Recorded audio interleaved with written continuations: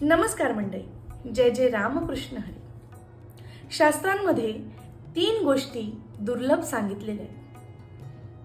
भगवंताचा अनुग्रह आपल्यावरती असेल तरच या 3 गोष्टी आपल्याला मिळतात. कुठल्या कुठल्या बरं?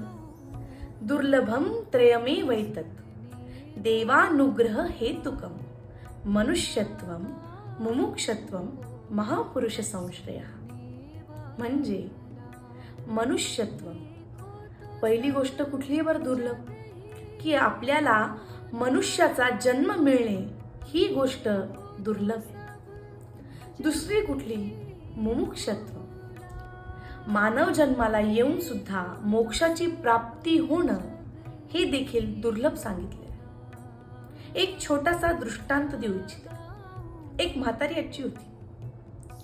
तिचं काम होतं की सरपण गोळा करणे, त्याला बांधणे आणि डोक्यावरती घेऊन आपल्या घरी परत येणे. असं ती काम आयुष्यभर करत होती.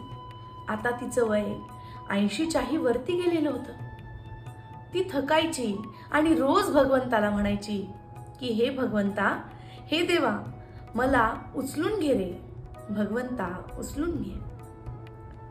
तिचं भगवंताचं एवढं काही नामस्मरण झालं की एके दिवशी साक्षात भगवंत तिच्या समोर उभे राहिले आणि म्हणायला लागले, आजी चल, मी तुला न्यायला आले. त्यावर ती म्हातारी म्हणाली, भगवंता, तुला कोण म्हणलं की मला तुझ्यासोबत यायची इच्छा आहे? त्यावर भगवंत म्हणाले, अगं तूच तर रोज म्हणायचीस ना की मला उचलून घे, उचलून घे, मी तुला न्यायला आलोय. त्यावर ती म्हातारी आजी म्हणायला लागली, भगवंता, मला नाही रे, हे जे सरपण मी गोळा केलंय ते माझ्या डोक्यावरती उचलून घे, असं तुला म्हणत होते. सांगण्याचं तात्पर्य एवढंच की मोक्ष जरी आपल्या समोर आला तरी आपल्याला मुक्त होण्याची इच्छा आपल्या मनामध्ये होणं हे एक दुर्लभ आहे. आणि तिसरी कुठली बरं? तिसरी म्हणजे महापुरुष संश्रय.